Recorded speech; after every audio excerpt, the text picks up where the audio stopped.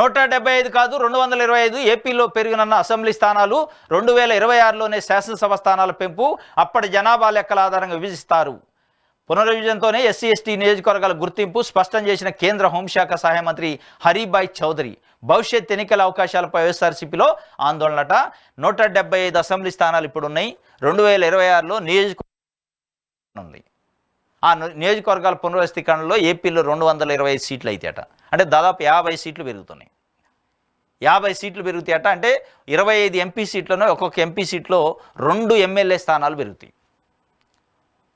ఈ విధంగా 2026కి ఆ రోజు ఉన్న జనాభా లెక్కల ప్రకారం నియోజకవర్గాల పునర్వ్యవస్థీకరణ ఉంటుంది.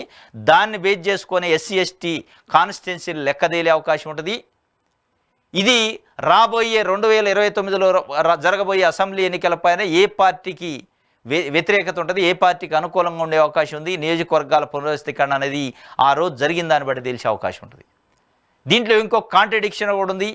బీసీలకు చట్టసభల్లో రిజర్వేషన్లు ఇవ్వాలని అనేక బీసీ సంఘాలు అనేక రాజకీయ పార్టీలు డిమాండ్ చేస్తున్నాయి, ఇంక్లూడింగ్ కాంగ్రెస్ పార్టీ.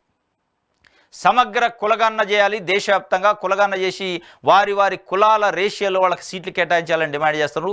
ఒకవేళ నిజంగానే అది 2026కు 27కు జరిగితే బీసీలకు కూడా అసెంబ్లీలో పార్లమెంట్లో ప్రాతినిధ్యం వస్తుంది. మరి ఆ సంఖ్య కూడా ఎస్సీ ఎస్టీలకు ఎట్లా కేటాయిస్తారో బీసీలకు కూడా కేటాయించాల్సిన అవసరం వస్తుంది. మరి అది నిజంగానే ఇవాళ తెలుగుదేశం పార్టీ బీసీల పార్టీ, బీసీలే తెలుగుదేశమే బీసీ అంటుంది. మరి ఇలా కేంద్రంలో ఎన్డీఏలో కీలక భాగస్వామ్య పక్షం ఉంది.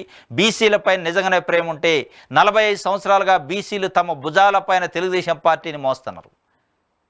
మరి మోస్తున్న బీసీలని ఆదరించే అవకాశం నిజంగా వాళ్ళపైన ప్రేమ కానీ వాళ్ళపైన ఇష్టం కానీ వాళ్ళ బతుకుల్లో వాళ్ళ జీవితాల్లో వాళ్ళ రాజకీయంగా చైతన్యం రావాలనే ఆకాంక్ష తెలుగుదేశం పార్టీ నాయకుడు చంద్రబాబు నాయుడు గారికి ఉంటే ఇది మంచి సందర్భం.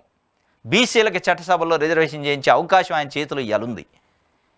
ఒకవేళ చేయలేదంటే మాటలు ఉట్టి మాటలు తప్ప గట్టి మాటలు కావాలి, ఉట్టిదే మాటలు చెప్తున్నట్టు మనం వినాలి అన్నట్టు అర్థమవుతుంది.